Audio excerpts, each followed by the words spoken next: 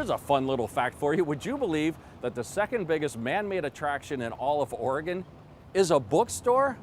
Now I know that because a couple of months ago, my wife called me from inside Powell's City of Books and said, "You've got to come to Portland and do a story on this bookstore." And of course I said, "Yes, dear."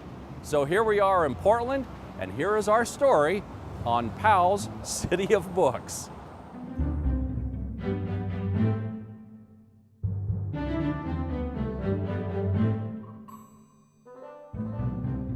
Well, welcome to the City of Books. We occupy an entire city block in the city of Portland. There are 1 million volumes in this store. They are divided into 122 sections, and there are about 2,000 subsections underneath that. So it is a huge, massive store. There are 7 rooms filled with books. When we moved into this store, we were 20,000 retail square feet, and over the years, we have built and expanded to our current 75,000 square feet. To call Powell's City of Books a bookstore is like calling Manhattan the center of town. It's so big that it takes time for readers to digest it all. 75,000 square feet of bookish delight, and not one Dewey Decimal in the whole place. Just a very complicated computer program to keep track of it all. We lose books all the time. We call them floaters. There are books that are just floating around in here, and sometimes it's a customer who's taken the book into our coffee shop and they're reading it and they put it down, and it can take us 48 hours to get a floater back to its appropriate shelf space. Powell's Books actually began in Chicago in the late 1960s, but it exploded onto the bestseller list when the store later opened in Portland. This is not just a bookstore. We think this is almost the heart, the beating heart of the city of Portland.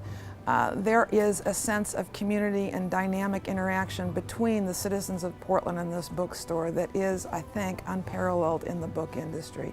Literally, the people of Portland built this bookstore. It is their used books and their patronage that built this bookstore into the huge entity that it is today.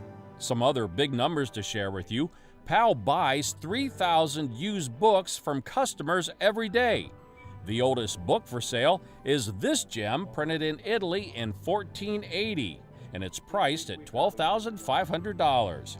And this is the most expensive book we saw, a 2-volume Lewis and Clark set that can be yours for $25,000. Some even more expensive books are kept in a more secure location. And get this, Powell's can even print any one of 1 million books no longer in print. You can even print your own book for about $150. And now that's what I call bookkeeping. Last but not least, Powell's even provides store maps so you don't get lost and the books get found.